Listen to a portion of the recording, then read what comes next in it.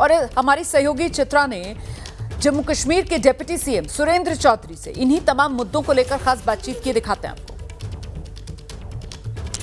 पहलगाम में हुए आतंकी हमले के बाद पूरे देश में गुस्सा देखा जा रहा है। इन सब के बीच भारत सरकार की ओर से पाकिस्तान को लेकर कई बड़े फैसले किए गए हैं, लेकिन ग्राउंड पर क्या चल रहा है इसके बारे में और ज्यादा बातचीत करने के लिए जम्मू कश्मीर के डिप्टी चीफ मिनिस्टर इस वक्त हमारे साथ मौजूद हैं, सुरेंद्र कुमार चौधरी जी। क्या कदम अब उठाए जा रहे हैं यहाँ पर? विश्वास बहाली के लिए लोगों में गुस्सा है, पाकिस्तान को सबक सिखाने की भी मांग की जा रही है।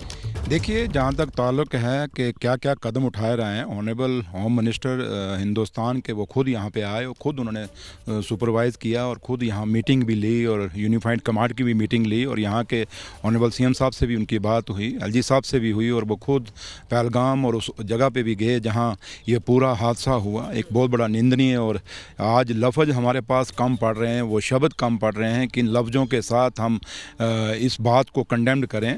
और एक बात तो हमें समझनी चाहिए कि कुछ लोग, कुछ ताकतें ऐसी हैं जो नहीं चाहती कि जम्मू कश्मीर के अंदर शांति आए, अमन आए, लेकिन वो लोग ये सोचें हैं कि जम्मू कश्मीर की सरकार, उमर अब्दुल्ला सरकार या देश की सरकार उन लोगों के आगे झुकेगी, तो ना वो पहले झुकी ना आगे कभी झुकेगी। उन ताकतों का हम मुकाबला करेंगे। और जो ये इन्होंने ये किया है हमारे, क्योंकि वो जो लोग यहाँ पे आए थे वो जम्मू कश्मीर के मेहमान थे और जम्मू कश्मीर देश और दुनिया में मेहमान नवाजी के लिए जाना जाता है और हमें हमेशा लोग इसीलिए प्यार करते हैं जम्मू कश्मीर के लोगों को। और कश्मीर तो वैसे भी अपना अंदाज है उनका मेहमान नवाजी में। तो ये जो चीज़ हुई है वो हमारे मेहमानों के ऊपर अटैक हुआ है और कोई भी घर नहीं चाहेगा कि उनके घर में कोई मेहमान आए और उस पर अटैक हो। तो लिहाजा ये बड़ा गलत हुआ। और छोटे छोटे बच्चे, कुछ तस्वीरें ऐसी हैं जो वहाँ से छट के बाहर आई, जैसे एक लड़की जिसकी नई नई शादी हुई और एक बच्चा छोटा सा अपने दादे के ऊपर बैठा हुआ। ये आने वाली नस्लों दर नस्लें और सदियों तक ये तस्वीरें हम जम्मू कश्मीर के लोगों के दिमाग में रहेंगी। टारगेट किलिंग की गई, ये पूछकर कि क्या आप हिंदू हैं, इस तरह से टारगेट किलिंग हुई है, जिसको लेकर बहुत ज़्यादा गुस्सा है। खुद रक्षा मंत्री ने लगातार सरकार की ओर से भी ये बातें कही जा रही हैं और इसको लेकर एक अलग तरह की स्थिति भी देखने को मिल रही है, क्योंकि ऐसा पहले कभी देखा नहीं गया है। मैंने कहा ना कि जम्मू कश्मीर का रीति रवाज नहीं है। जम्मू कश्मीर वो है जहाँ शेर और बकरी ने गड्ढा पानी पिया है। यहाँ जम्मू कश्मीर का भाईचारे की हमेशा देश दुनिया में मिसाल दी जाती है।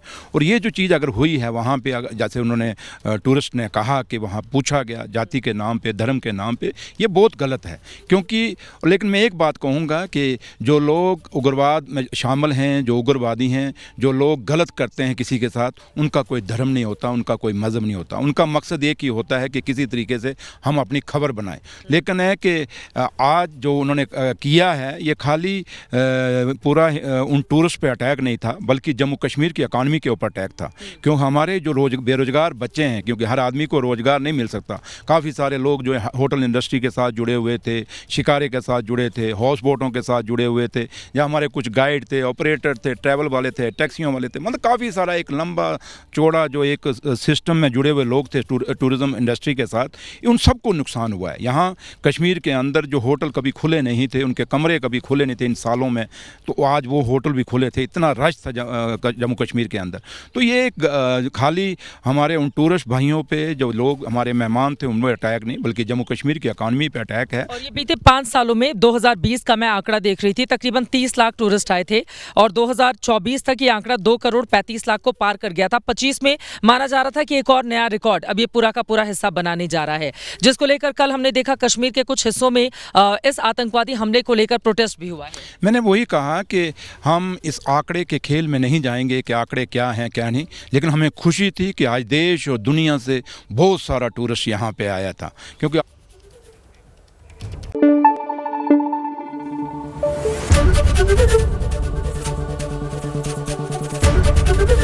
एबीपी न्यूज़ आपको रखे आगे।